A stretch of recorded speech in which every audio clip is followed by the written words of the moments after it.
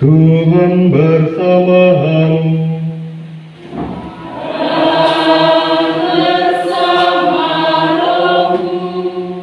Inilah Injil suci menurut Lukas.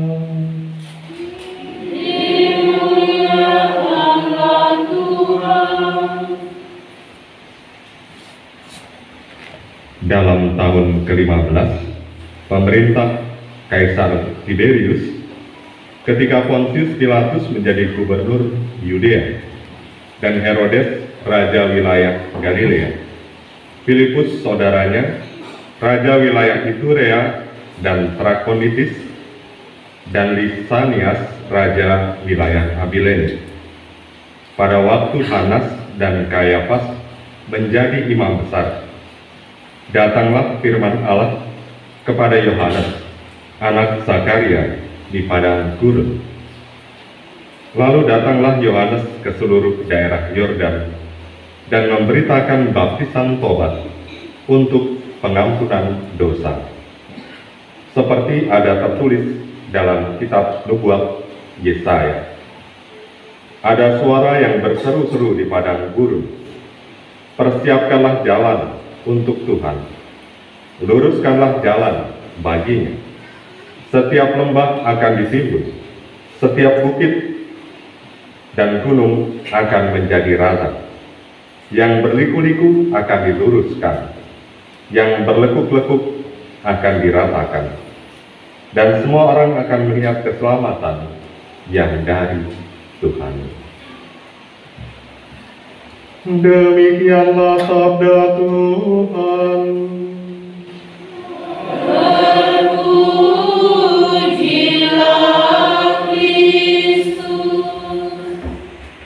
Advent adalah sebuah persiapan kita untuk merayakan kelahiran Yesus Sang Juru Selamat. Situasi ini menjadi menarik kalau juga kita lihat dalam kacamata kita mempersiapkan pesta dalam keluarga.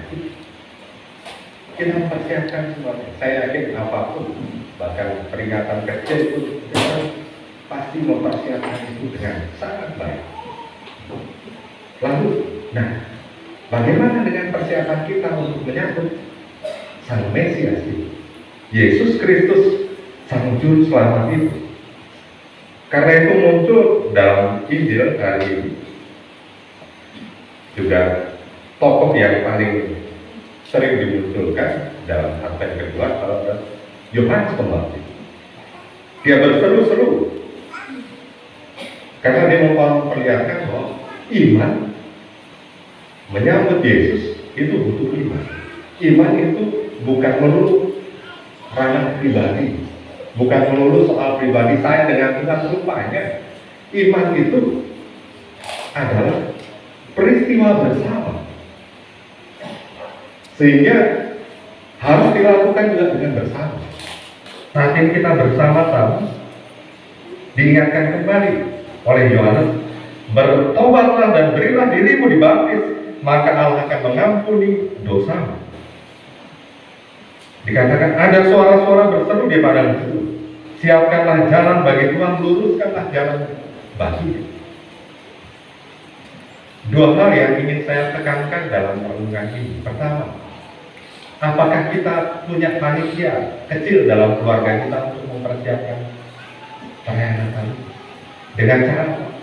Apakah kita juga berdoa dalam keluarga untuk mempersiapkan?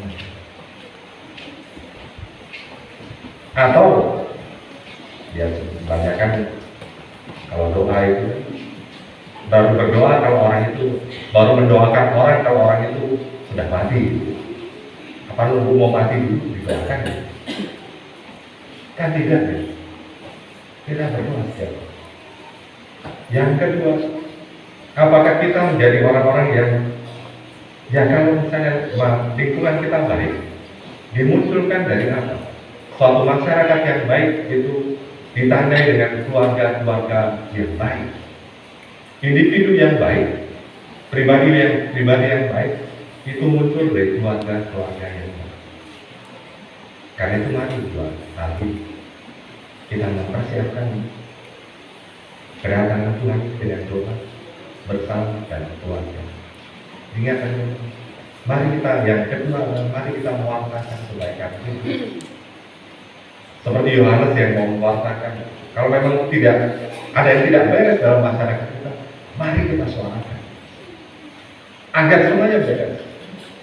Kalau ada saudara kita yang berdosa, tidak baik hidupnya, mari kita bawa, kita ajak untuk berjalan yang benar.